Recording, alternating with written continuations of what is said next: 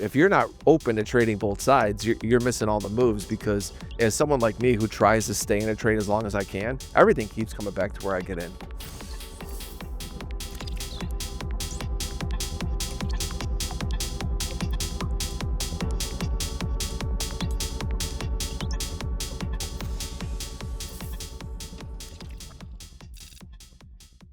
What are we seeing overnight coming into today?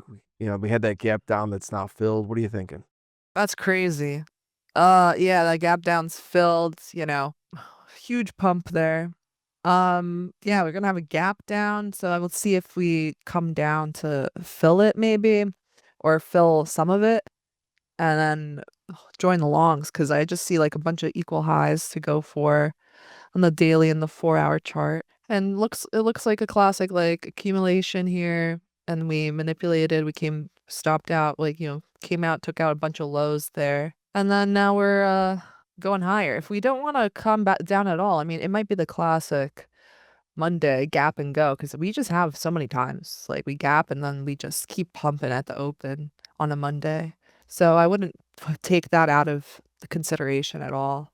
But I am definitely bullish over the coming days, and I'm sure Chad has voted bullish bias. If I don't know, I didn't check the poll right now, but I could probably bet that most of them are bull bias. 49% bullish, 23% bearish, 27% neutral, which I would agree is pretty much a really good guess of what sentiment is across the board. I mean, it's hard to look at the market and be bearish after the overnight gap come all the way back.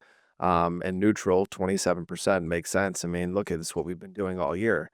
Selma, we'll go to you. I mean, this market, it continues to have rotations. It's funny, I hear you on a lot of your streams talk about where people are like, well, why would you get short there, Selma? The trend is up. Or, well, why are you getting long? The trend is down. And did they forget that we're day traders, Selma? I think sometimes they do. I mean, and look at in this tape, if you're not open to trading both sides, you're missing all the moves, because as someone like me who tries to stay in a trade as long as I can, everything keeps coming back to where I get in. So there's that. And so what are you looking at coming into the open today? Yeah, so just looking at like the higher time frame, looking at the 4-hour, we're clearly range bound here. Not considering, the open yesterday, but we've basically been in this like 30-point range. I want to see us either have like a 4-hour close above 58 on ES. That to me would give us like maybe a potential clear signal to fill the gap finally from last week. If we can do that, obviously we are in very much bullish territory. On the hourly, we just finally had, the previous hour candle close above this trend line here that I have. I wanted to see what we do by 10 a.m. 10 a.m. we get that 4-hour candle close. If we can get that candle close above 58, then yeah, I would have to agree with Tanya that it might be, a trend day up on the day. But I won't rule anything. I won't rule like a two-way tape today, just because for the past like week and a half, maybe 10 days, the past 10-day session, we've seen a no follow through environment. And I need to just remind myself of that, because I'm someone who likes to get in and I like to hold until TP. So for me today, the entire week, my reminder is that, it's not a follow through type of environment. Try to get in and get out as fast as I can, or not as fast, but like try to be a little bit more conservative with my TPs, a little bit more conservative with my stop losses. We do have FOMC on Wednesday, so I have to be mindful of that as well. Monday to Wednesday morning can be choppy. I've experienced that so many times. So for me, I'm just going to be treading very lightly this week, sizing light and getting whatever I can out of this market. I think that I'm still gonna remain bullish here. That's good. There's no divergence there anymore, and it looks like we're chugging along. We're opening pretty much around actually where we closed on Friday. Yeah, but it was a very nice long. There we go. Market just opened. For sure. Market's open. Someone asked what time frame are my charts. You guys can always see it. I have like the watermark right here. You can see it. So like if I switch to 30-minute, you'll see it'll say 30. Which reminds me, my clock is wrong. Wow, look at that 58. Sellers just stepped right in. Wow. Damn. Okay. Interested to see if this area holds up from 694 to 715 on the NASDAQ, and 6944 to 69.51 on ES. Yeah, this is a volatile open. I feel like Mondays honestly typically are. Do you feel that way? I feel that way. I don't know. I don't really like for the most part, I don't really pay attention to like holy moly, we're just pushing. I don't really pay attention to like, I mean, I know the day of the week, but I think Stowe just got me to pay attention to that a little. Oh, honestly, I paid attention because I'm like live here, and then I feel like I used to there you go. actually not Yeah. really trade Mondays, but definitely you can trade Mondays. So you said screw it. I don't typically trade Mondays, but let me just start streaming on Mondays and do it for an entire year. Yeah, I mean, because I figured like I could learn from it, and I have. I've adjusted. Yeah, 100%. I could say I learned a lot too from being on stream. Wow, Yeah, we we are just just held on. that. We held that level really nicely on Nasdaq. Wow, the midpoint of that 15-minute. Okay, let's see what we do here in regards to like, are we gonna make another? I'd want us to continue higher on Nasdaq. ES looks pretty good. Let's see. I mean, ES just swept Friday's high. Yeah, they so just did. It just did. Let's see how it goes from here. we're not honestly we're not too far away from previous week's highs either. So if they want No, we are not. Yo, yeah. Yo. Gonna say no, I was gonna say oh yeah, previous week's high is 69.69. That's funny. But they kept saying 6.7 during the this segment. I couldn't unhear it. I was like, chat's probably referencing it. When yesterday? No, Deli and Pivot King. Like I kept Oh. it's one of those I- things you can't unhear anymore. Catch it everywhere. I think I actually got a phone call during that. I had to mute the stream real quick and pick up the call. There's no muting stream, Salma. What are you doing? Sorry. Don't tell them.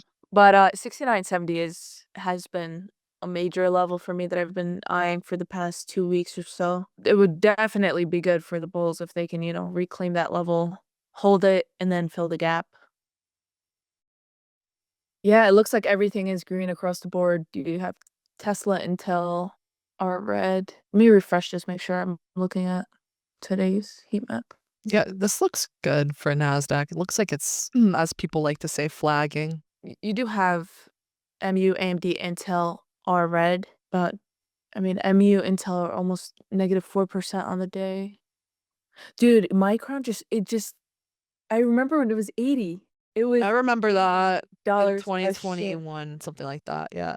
No, I'm talking about last year. Like Last year too. Oh, okay. It was just stuck I in haven't this traded range. stocks like that in a while. Oh, really? It was stuck in this range of just like I Just don't know, like it was like gold. $20 range. Yeah. And then it just exploded. It exploded and no one really talked about it either. Like it's outperforming AMD, it's outperforming Nvidia. Yes, ES has just filled its gap and I can finally remove this. NASDAQ breaking new high day now again. So it's pretty good. Russell's trying, but it's not doing too much here. NQ still needs about like 25 points or so to sweep Friday's high. Need a volume spike on the leg button. Let's go. A volume spike on the like button's hilarious. Yeah, whoever just dropped that comment from Mission Control, 10 out of 10. Okay, in my opinion, unless you long the open as soon as we opened up, there's really no entry here for longs. There's no point in getting longs at the highs. I'd want to wait for a retest maybe of like that 9 EMA. See if we hold it on the 5-minute. And then I'd think to relong this. Someone asked a really good question. How do you trade the 9 EMA? Would you short the first 5-minute candle, it closes below it, or the second time, or do you have extra confluence with it? So first off, I typically like to use the 9 EMA on trend days. Trend days is where I find it to work the best. What I would be looking for here, so obviously since we opened up this morning, we've just been trending higher, right? We opened up and we kept pushing. And so what I would look for on a day like today, if I'm bullish and if I'm wanting a trend to continue, then I would look for a retest of the 9 EMA, which just happened on this 5-minute candle. I would look to long that retest and I would continue to hold until we start to see that the 9 EMA wavers and we get a close below the 9 EMA. If we get a close below the 9 EMA, then trend can shift. Sometimes though, I like to look at higher time frames. Obviously, the higher the time frame, the better. But if you're someone who trades only on lower time frame, I personally wouldn't go any lower than the 5-minute. If you're using the 90 minute. But yeah, sometimes like if we get a 5-minute candle close below on the 5-minute, then I like to look at the 15-minute to see if the 15-minute holds. But that's just one way that I like to use it. And that's what I was trying to do with my limit order. But I did hesitate to enter on the tap. I thought we might looking get. to re-enter. I'm looking to enter yes soon here. You're gonna do ES? Yeah, it's just a lot stronger. All right, cool. Nice. We got 2 people trading ES today. Let's go. Yeah, like I was anticipating more I also of. think I might enter here. Yeah, go for it. Okay. Because I really like the way that 5-minute candle closed, and I'm just like, okay, I might just the way that the RR is, it's still pretty good. So that's what we'll do. Someone said there's another SMT. Is that true? Yeah, ES is a lot stronger than NASDAQ, so Nice. I'm just gonna look to enter here. It's still a 2R. Yeah, I'm entering. Let's go, sister. 997. RTY looks like it wants to push. Yeah, this looks good. Just really like how that 5-minute closed, and then yeah, ES is the stronger one, and just the way that I see this going, it could retrace to here. Like ideally, my entry would be here at the 69.78s, but the way I'm seeing this is just like we're having a lot of momentum today. So, and the RR is still quite good here. If I go to here, the buy side I marked out 2.62. So like a 2R one here. I just went long RTY. I typically don't trade the Russell, but someone mentioned it in the chat. Took a look. It looks better in my opinion for a long. I don't feel too comfortable longing ES at the highs. Although Tanya, you have your reasoning for it. You have your SMT. I wish I knew, like I could see what you're seeing as far as, everything with the ICT. But with the Russell, I'm seeing here that it came down, retested its 5-minute OR high, and it's holding nicely. So if ES and Q are gonna push and we get, what Tanya wants to see, then I don't see how the Russell isn't gonna move just as much, right? So we'll see. The Russell is my good luck charm during the competition. So Oh, really? that was me any good That's today. cool. Yeah. Let me change my screen. Here we go. There you go. You're getting that push on ES, Tanya. That's beautiful long. Did you even see any drawdown on that? I don't think so. Yeah, that was don't think so. awesome. I might actually add 5 more here. All right, the 5-minute on ES is looking really good. I do like this. Yeah. I might add so- here. Not Gonna bad. add and see what happens. And then I'll look at the 15, the London, pullback. That was definitely a huge.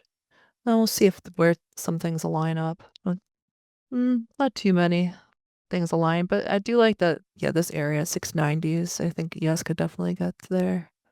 All right, cool. So I think once we get to the 690s, I'll take some off the table, especially if NASDAQ hits that buy side at 25,890s. Yeah, I have 95 as previous month's high, but I just put like TP a little bit before that. Sometimes I like to play games and not sweep certain levels, so I've learned to be a little bit more conservative with my TPs. And then if we can get above that, I do have 704 as next TP. For that, I'd probably manually just trail my stop on those runners. We'll see. And Q is also looking good. Yeah. Bounce right where needed it to. Woohoo. So someone's asking, do I trade a cash account? I do not. That's actually my goal for 2026 is to be able to open up my own account. Right now, I'm just trading props. Tanya, you have your own, right? Yes. Nice. How do you decide when you want to trade yours versus props, or do you just trade them all together? I trade them all together. Well, Someone wrote, Mr. Monopoly wrote, yo, Tanya hates getting faded, LOL. No, I like it, because then you guys, it gives more liquidity to the upside. Like, I wouldn't be surprised if NASDAQ kind of, takes us out with like a huge candle. That'd be nice. That'd be perfect. that would be awesome. Like when we were on stream, That would be great. Mhm. Give us a repeat of last Sick. week. Be good to see a nice strong candle from ES in the next 5 minutes as well. Yeah. Oh, this is nice. Oh, it's Tiger Trades. Thanks. I just joined. I did not find the courage to go into a long, so I did when you both agreed it looks good and went in with another contract. Was just the scalp that I needed to be green today. Nice job. Yeah, good job. It was all you. Give yourself a pat on the back. Good work. You press the buttons. Come on, yes, you could do it. You know that one meme. You could do it. Just do it.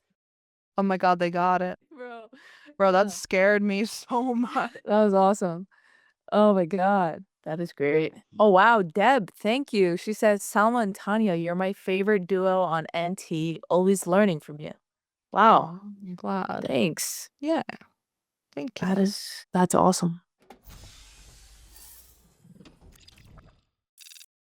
This presentation is for educational purposes only. All of the symbols, trading ideas, and live trading are for demonstrational purposes and are not recommendations or trading advice. Past performance may not be indicative of future results.